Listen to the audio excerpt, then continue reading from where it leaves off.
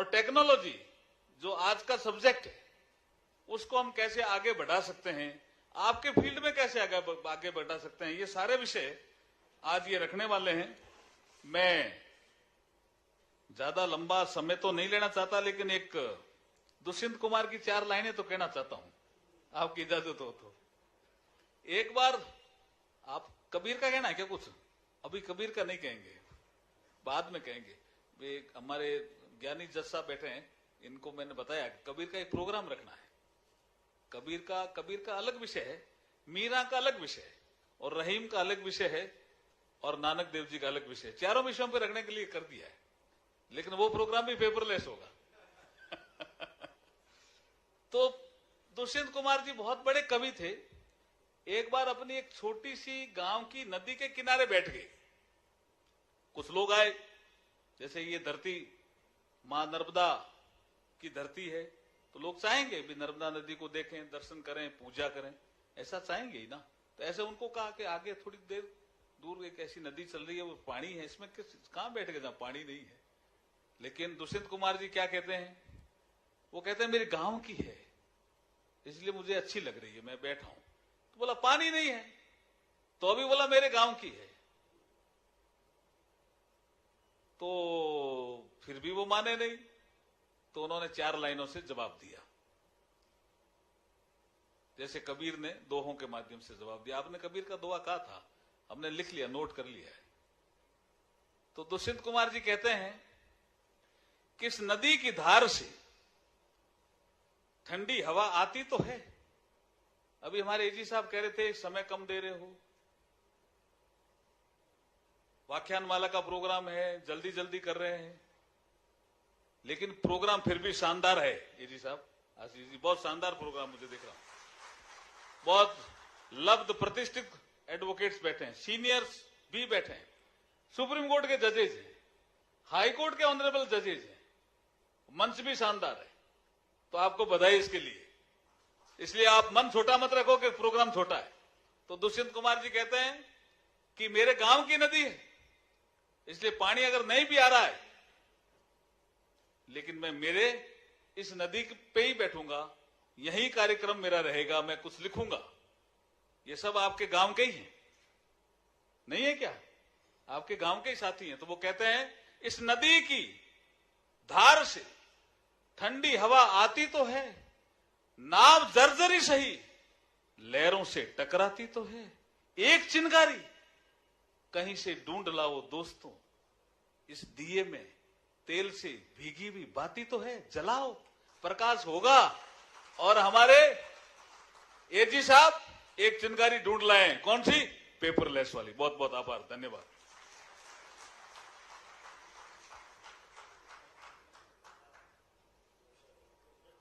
कार्यक्रम के अगले क्रम में अब मैं हमारे अत्यंत सम्माननीय प्रतिष्ठित मध्य प्रदेश के यशस्वी मुख्यमंत्री माननीय डॉक्टर मोहन यादव जी से अनुरोध करता हूं कि वे अपने बहुमूल्य विचार व्यक्त कर हमें मार्गदर्शन प्रदान करें। माननीय मुख्यमंत्री जी।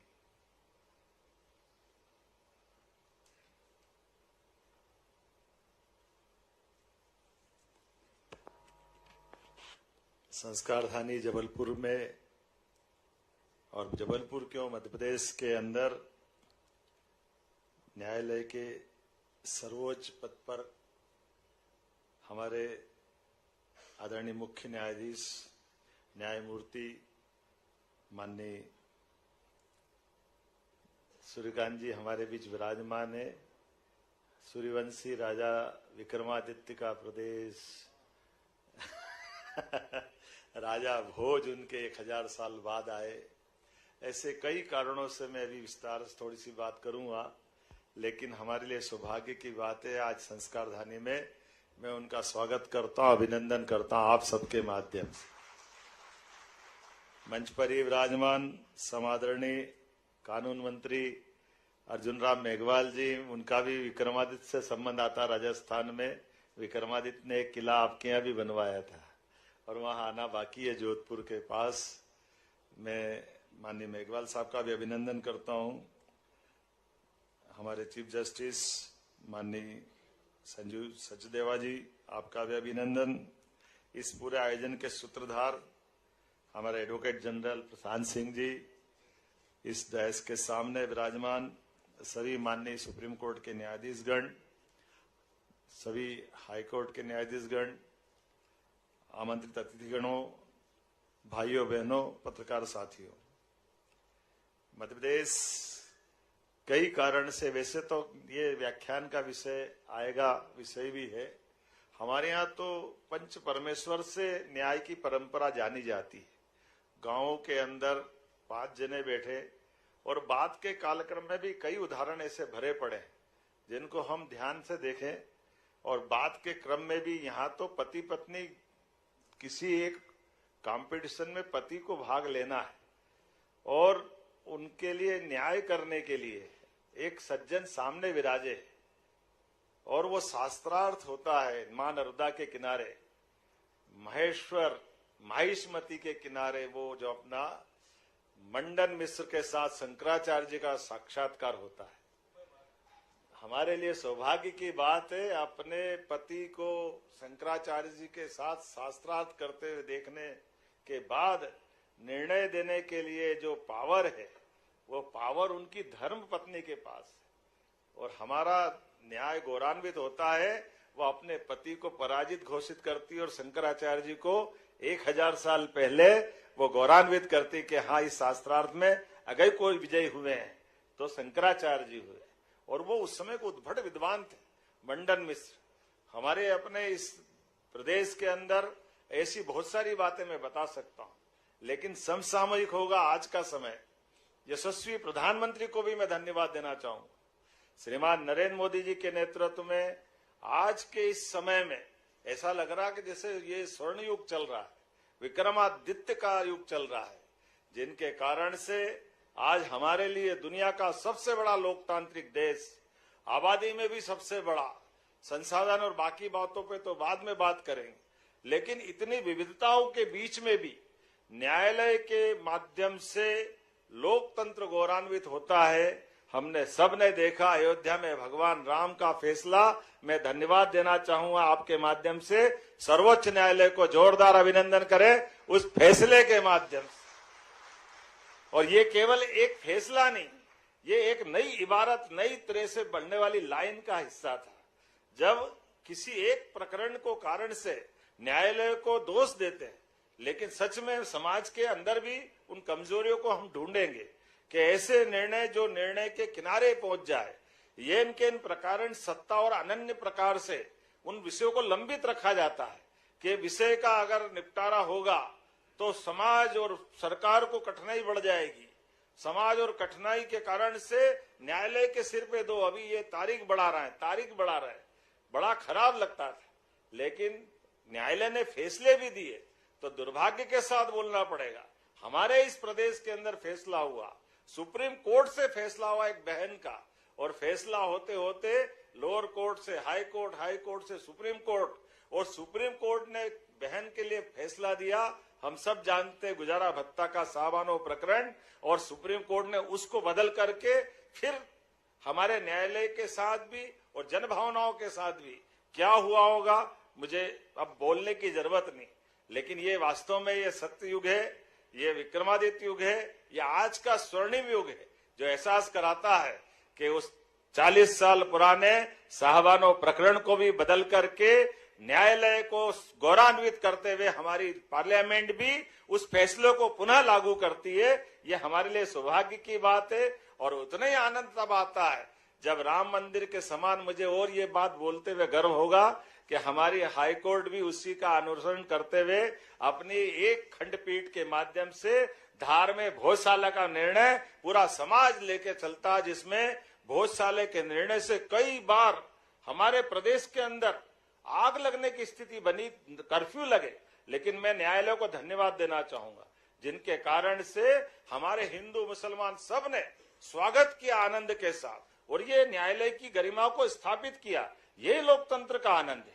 कल फैसला हुआ, मुझे इस बात की प्रसन्नता है कि क्या हिंदू क्या मुसलमान, ये जो हमारे न्यायालय की गरिमा बढ़ रही है, यही तो स्वर्णयुग है, यही सतयुग है। आज के समय में हम जोरदार अभिनंदन करें पूरे समाज का भी और इस पूरे भाव का भी, जिसके कारण से आज मैं मान के चलता हूं न्यायालय पे हमारे जो भरोसा है, हाई कोर्ट है, हाई कोर्ट के बाद सुप्रीम कोर्ट है, सबके लिए खुला हुआ है। लेकिन इसका अर्थ हमारा समाज का भाव न्यायालय के प्रति सम्मान का है। मैं व्याख्यान से बात जोड़ना चाहूंगा, क्योंकि व्याख्यान के माध्यम से हम इस पक्ष में शासन के मुखिया होने के नाते, हिंदू हो, मुसलमान हो, कोई धर्म का हो, हमको सबको लेके चलना है, सबके बीच में बात करना है। इसलिए समान रूप से इतना अच्छा लगता है कि जब बड़े बड़े विषय में भी अगर कोई गलती करता है तो न्यायालय स्वतः संज्ञान लेकर के अपनी उसमें दिशा देने का काम करता है। न्यायालय स्वतः एहसास करा करके अपनी एक दिशा देता है। मुझे इस बात की प्रसन्नता है आज के इस दौर में जब मैं बात कर रहा हूं आपके सामने, तो इसी आधार पर भारत का मान सम्मान दुनिया के सामने बढ़ रहा है। और एक बार फिर मैं आप सबका इस डीजी साहब के साथ, हमारे एडवोकेट जनरल का साहब के साथ, खास करके आज जो आपने नए प्रकार के संसाधनों के बलबूते पर न्याय को सुलभता के साथ समाज में स्थापित करने के लिए जो जो आधुनिक तंत्र के माध्यम से बढ़ने का निर्णय किया, जिसके कारण से हमारी न्याय व्यवस्था की पारदर्शिता, शुचिता और सुचिता के साथ लागू करने के तंत्र में न्यायाधीश को भी मदद करते हुए, खास करके आज के समय में जब एफआईआर से लेकर के बीच की बहुत सारी कड़ी होती है, फॉरेंसिक लैब से लेकर के कई सारे प्रकार के तंत्र रहते हैं, उन सब के आधार पर हम त्वरित गति से जो जिसकी आवश्यकता उसको लाभ मिले उस तक मदद पहुंचाए। क्योंकि न्याय का मतलब ही है विलंब से छुट्टी, न्याय का मतलब ही है अन्याय से मुक्ति। जब अन्याय से मुक्ति की तरफ, न्याय की तरफ बढ़ते हुए कदम देखते हैं तो आधुनिक संसाधनों के बलबूते पर आगे बढ़ने का महत्व है। और इस बात के लिए पुनः मैं व्याख्यान के माध्यम से, चूंकि ये व्याख्यान हमारे बीच एक संदेश देगा कि हाँ, हम रानी दुर्गावती की नगरी से इस न्याय की बात कर रहे हैं। रानी दुर्गावती वो ऐसी शासिका जिसने उस कठिन काल में भी उस सत्ता के सामने अपनी देश की स्वतंत्रता के लिए 52 बार युद्ध जीतने के बाद भी मौका पड़ा तो अपना बलिदान कर दिया। लेकिन विदेशी दासता के खिलाफ सदैव लड़ने का संघर्ष अपना न केवल हौसला जज्बा कायम रखा, बल्कि बाद की पीढ़ी को भी प्रेरणा दी। और कई कारण से जबलपुर तो और भाग्यशाली है। मां नर्मदा की धारा, यद्यपि पूरी धारा लगभग 2500 किलोमीटर तक जाती है, लेकिन मां नर्मदा का आशीर्वाद अगर किसी नगर को मिला है तो जबलपुर को ज्यादा मिला है। मां नर्मदा की धारा अमरकंटक से प्रारंभ होकर जब जबलपुर में आती है तो काली पत्थर की चट्टान भी संगमरमर की हो जाती है। वो एहसास हमको होता है। वो उज्जवल धवल धारा हमारी निर्मलता की, सुचिता की और मां के आशीर्वाद की कहानी कहती है। आज के इस अवसर पर मैं पुनः आप सबका वंदन करता हूं, अभिनंदन करता हूं। बहुत बहुत धन्यवाद। भारत माता की जय। कार्यक्रम को आगे बढ़ाते हुए अब मैं आज के समारोह के मुख्य अतिथि, न्याय के सर्वोच्च शिखर पर विराजमान भारत के मुख्य न्यायाधिपति माननीय श्री न्यायमूर्ति सूर्यकांत जी से विनम्र अनुरोध करता हूं कि आज के विधिक व्याख्यान के विषय में हमें मार्गदर्शन एवं ज्ञान प्रदान करें।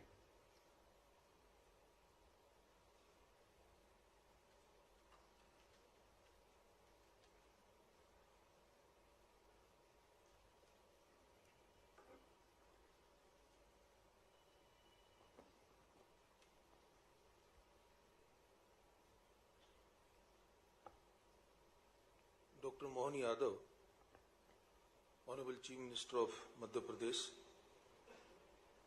my esteemed colleagues from the Supreme Court of India, Justice T. Chandra Sharma, Justice Prasanna Varale, Justice N. Koteshwar Singh, and Justice Alok Karade, Shri Arjun Ram Meghwal ji, Honorable Minister of Law and Justice, Government of India, Justice Sanjeev Sachdeva, Honorable Chief Justice of High Court of Madhya Pradesh, Shri Rakesh Singh ji, Honorable PWD Minister, Government of Madhya Pradesh,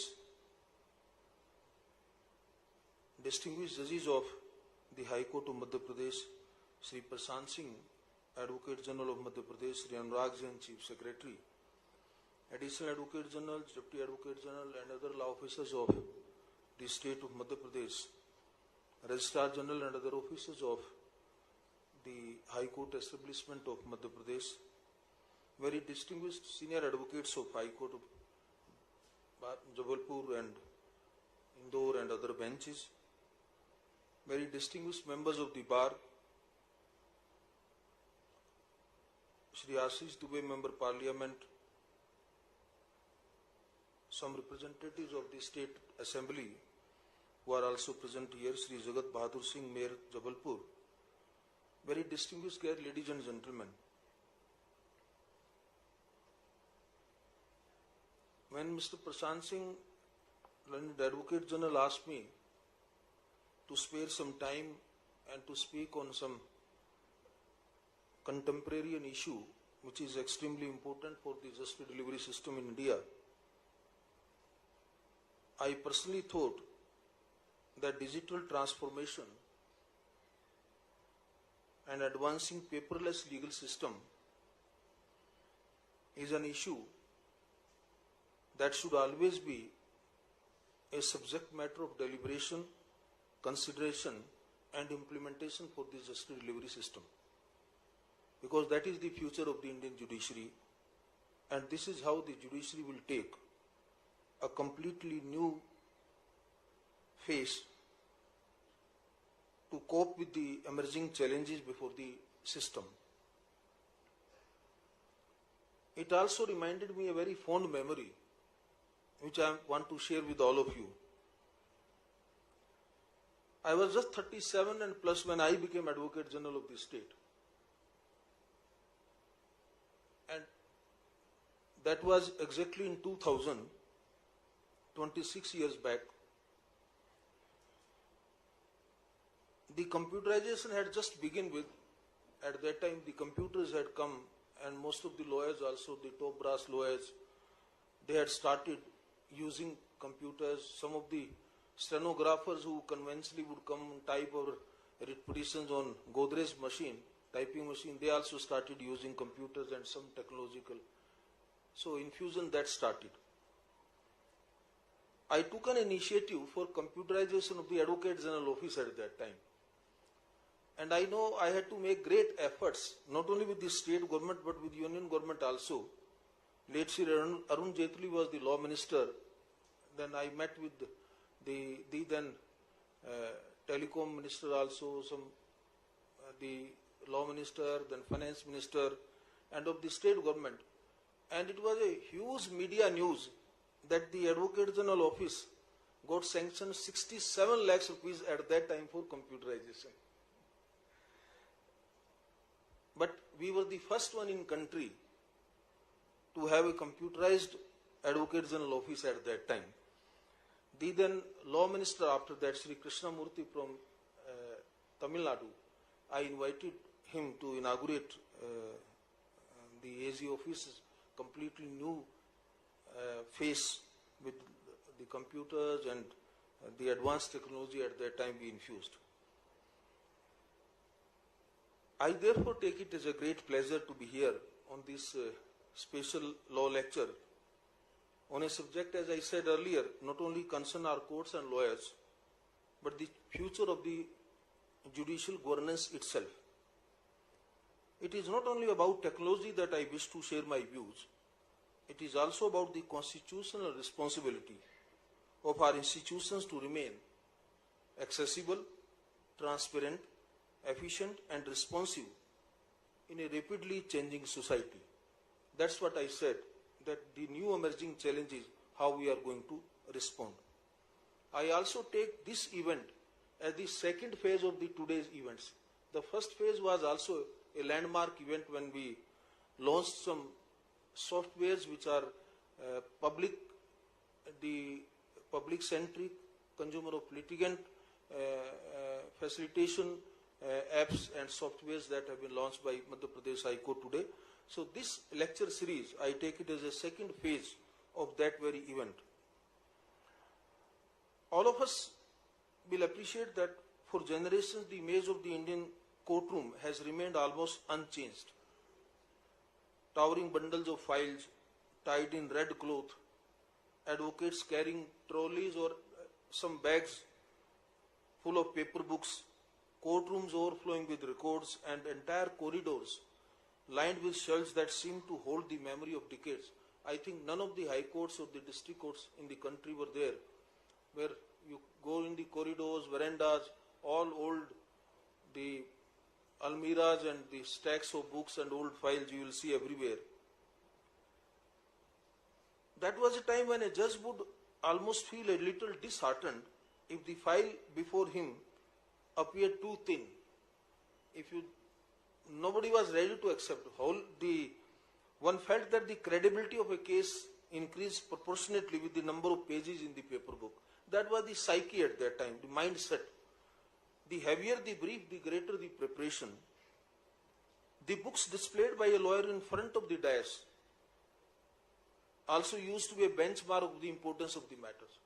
So morning में जब court जाते थे तो देखते कि सामने 50 book लगी हैं, तो पता लगता था कौन से वकील साहब आए हैं आज। तो कि जी आज राजाराम अग्रवाल जी आए हैं टैक्स का कोई मैटर करने के लिए, तो हम पीछे बेंच बैठ जाते थे देखने के लिए भी इतनी बुक्स को उठा उठा क्या पढ़ेंगे इनमें से। तो that was the culture in which we most of the my age group और maybe even 5-10 years younger than me, or those of course senior to me, those have experienced that kind of the environment inside the courts. The shift towards a paperless judiciary, therefore, is not about abandoning that tradition. It is about liberating our institutions from avoidable inefficiencies so that courts can focus more on judicial work. That is the basic object when we talk of a paperless judicial functioning. Not too long ago, adjournments in court would sometimes occur for the simplest of the reasons. A file had not reached the courtroom, कि file ही नहीं आई तो date लगा दीजिए, photocopies ठीक ढंग का print नहीं आया, पढ़ी नहीं जा रही थी लाइन, डेट दे दीजिए, और record was still travelling from one office to another, कि जी कोई लेकर के चले हैं साहब, बस खराब हो गई, पहुंचे नहीं, ट्रेन लेट हो गई है, फाइल नहीं आई है तो एडजर्नमेंट हो जाएगी. At times more energy seemed to go into locating the file than into hearing the matter itself. But see the other aspect. For a litigant, however, every such delay carries emotional and financial consequences. A farmer traveling overnight from a remote village, an old woman waiting for her family pension, a worker contesting wrongful termination, or an under trial prisoner awaiting a hearing, all these experiences delay not as an administrative inconvenience, but as a deeply personal hardship. It is precisely in this context that technology acquires constitutional significance. Digital systems are not merely instruments of convenience. They are mechanisms through which avoidable barriers to justice can be reduced. When records become digitally accessible, filings become electronic, and information becomes instantly available, courts are able to devote greater attention to adjudication rather than administrative movement of paper. In the morning also I said the same thing, that when you have the technological advancement that really address the procedural part, inside the courtroom also, notice गया था, सम्मन पे क्या report आई है, सम्मन लेकर के कौन गया था, अहमद ने रिपोर्ट क्या की है, जो बेलीफ गया था उसने क्या रिपोर्ट किया है, कोई विटनेस है नहीं है. कोर्ट में बैठ करके अगर जुडिशियल साइड का टाइम इसी चीज में लगाना पड़ जाए तो आधा दिन कोर्ट का एवरेज बेसिस पे देखा होगा. और ट्रायल कोर्ट्स में खासकर जिन लोगों ने प्रैक्टिस किया है, मैंने भी थोड़े दिन प्रैक्टिस किया है, तो आप जाइए मॉर्निंग में तो सिर्फ इसी काम पे चलता था. 1-2 घंटे कोर्ट में किस केस की सर्विस हुई है, कौन नहीं हुई है, किसको नोटिस हुआ है, फिर उसके बाद उसमें कोई लॉयर पेश हो रहा नहीं हो रहा. This was all a very heavy taxing procedure on the judicial time of the courts, which could undoubtedly be spent valuably for the adjudication processes and for the judicial work. Now, who would have imagined that a period marked by unprecedented global health emergency and human uncertainty would also become one of the most transformative moments in the history of judicial administration? As I said in morning also, the COVID-19 pandemic really fundamentally altered the judiciary's relationship with technology and accelerated a transition that might otherwise have decades to fully materialize. I am repeating the words that India is the only country where in pandemic COVID-19 the Indian judiciary continued to perform its constitutional duties. The entire world was shut down. some of the institutions within the country also could not work. But that was the time where the judiciary really took it as a challenge and was able to infuse technology as an integral part of the system. And that really led to the virtual hearings, e-filing, and enabling the advocates to file cases while at home or argue case while sitting at home. And we were also able to hear the cases online, maintaining that distance part. And there were very complete, unforeseen challenges at that time before the entire country. And because it was a sudden virtually attack on the humanity, so nobody was aware that how to cope with it, and slowly that people started learning. And in that set of mind, where the other challenges and the life-threatening disease was there, at that time we were able to introduce the technology as a very strong tool to retain and maintain our connectivity with the consumer of justice. I think that was a very landmark situation for the Indian system. And I say it was during that moment of crisis that the Indian judiciary demonstrated extraordinary adaptability. Within a remarkable short period, court across the country transitioned to virtual hearing, judges heard matters from their homes, lawyers argued cases through screens, and judicial proceedings continued despite that extraordinary disruption by COVID-19. But we also know it, most of you are also aware of it. None of this was perfect. There were connectivity failures, unfamiliar interfaces, and moments when technology tested everyone's patience equally.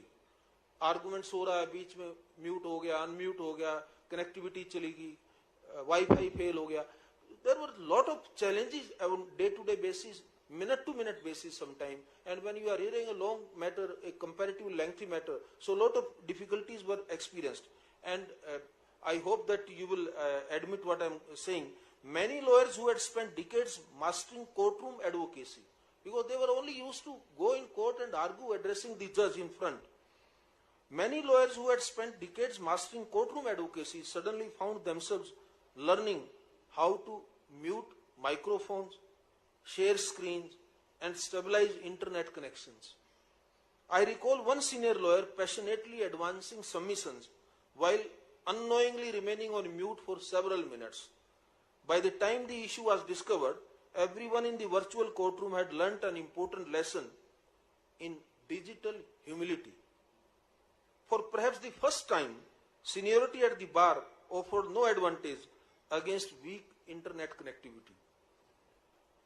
But beneath these lighter moments lay a serious institutional achievement, which I just shared with you.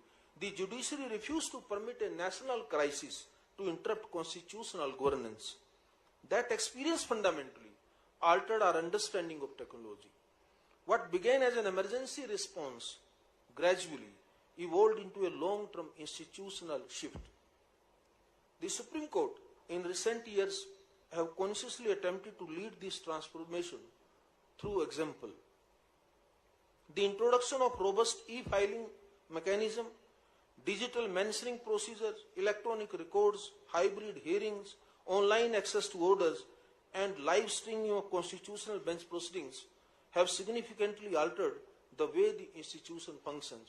You are all aware that yesterday the order which I have issued after consulting my sister and brothers and in a full court meeting, because of the austerity measures that the entire country wishes to adopt, we have decided that in Supreme Court both the miscellaneous days, and if there are more than 2 miscellaneous days, on all miscellaneous days there will be only virtual hearing, and the bar has happily accepted it. When we called the meeting, the Supreme Court Bar Association, the Advocate on Record Association, they just agreed with us that there is no difficulty, because maximum footfall in Supreme Court is of the lawyers, because they miss on a miscellaneous day, thousands of them come, and they are of course required to come. So we are providing a dedicated facility to them that none of them need to come to the court. All this facility will be available them to argue while at home. These reforms, dear friends, are not cosmetic administrative changes. They represent a deeper democratization of access to judiciary. Live streaming in particular has enabled citizens to directly observe proceedings that shape constitutional discourse in the country. That's first time happening. A litigant sitting in Northeast, sitting in Tamil Nadu, sitting in Kerala, sitting in Jammu and Kashmir can watch proceedings going in the Supreme Court and he can feel themselves participating in those proceedings. The National Judicial Data Grid has emerged as one of the most significant technological interventions within the justice delivery system. For the first time, citizens, policymakers, researchers, and administrators possess near real-time access to information concerning pendency, disposal rates, and case movement across courts. Such access to data enhances accountability and also enables evidence-based policy making within judicial administration. Encouragingly, the movement towards digital transformation is no longer confined to Supreme Court alone. As I said earlier also, the High Courts and District Judiciary across the country have embraced technology, innovation with remarkable commitment and adaptability. From e-filing system and digitization of records to paperless court functioning and integrated digital platforms, these initiatives have significantly enhanced accessibility, transparency, and procedural efficiency within the justice delivery system. And I think who requires a best example than Madhya Pradesh High Court? I think I came about a year back when probably you had declared that a paperless court, and I think the Jabulpur was the first district court which was declared paperless, or there was another district court which I only came and inaugurated. So that you are, in fact, Madhya Pradesh is one state who has been leading by example as a leader in the country in terms of the infusion of technology and making. ये नई कहानी लिखी है। यह सिर्फ हथियारों का समर्पण नहीं, यह भय के युग का अंत है और शांति, विश्वास और लोकतंत्र की नई शुरुआत। आज